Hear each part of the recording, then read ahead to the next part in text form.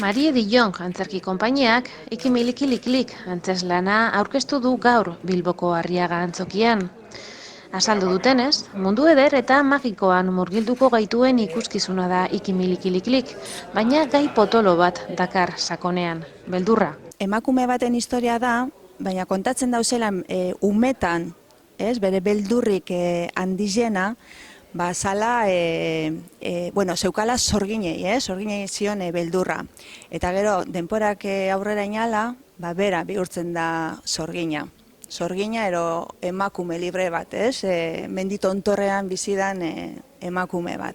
Jokin Oregi eta Ana Meaberen gidaritzapean, Meabe bera, Aiora Sedano, Juana Palacios, Leire Omiñaka eta Maitane Sarralde aktore eta dantzariak ikusiko ditugu taula gainean. Egin dugu lan, 5 pertsonak sortzeko prozesuan, 5 aktoresa kasu honetan, ze umen papela txandakatu egingo dira biren artean, bi neskatoen artean. Eta gero emakumearen ipuin kontalariaren rola ere, biren artean egingo dugu, eta gero dago dantzaria.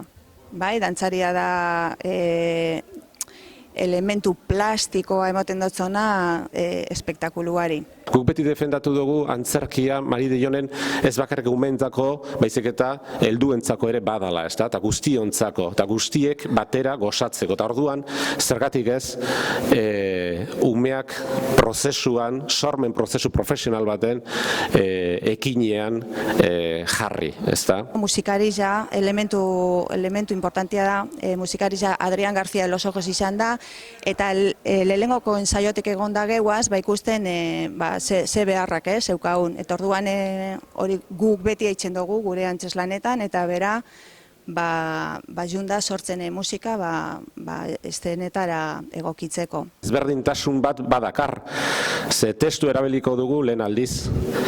Orain arteko ikuskizunak mutuak izan dira, teatro gestua baliatu dugu, keinu bidezkoa, eta orain ostera, egin dugulako jauzi bat. Estreinaldia izango da hemen, Arriaga antzokian, 21 eta 22an, eta gero Leioan daukagu 26an, Otsaila eta Martxoa bitartean, egongo gara Donosti, Gasteiz, Hondarribi, Pasaia, Bergara, Berriz,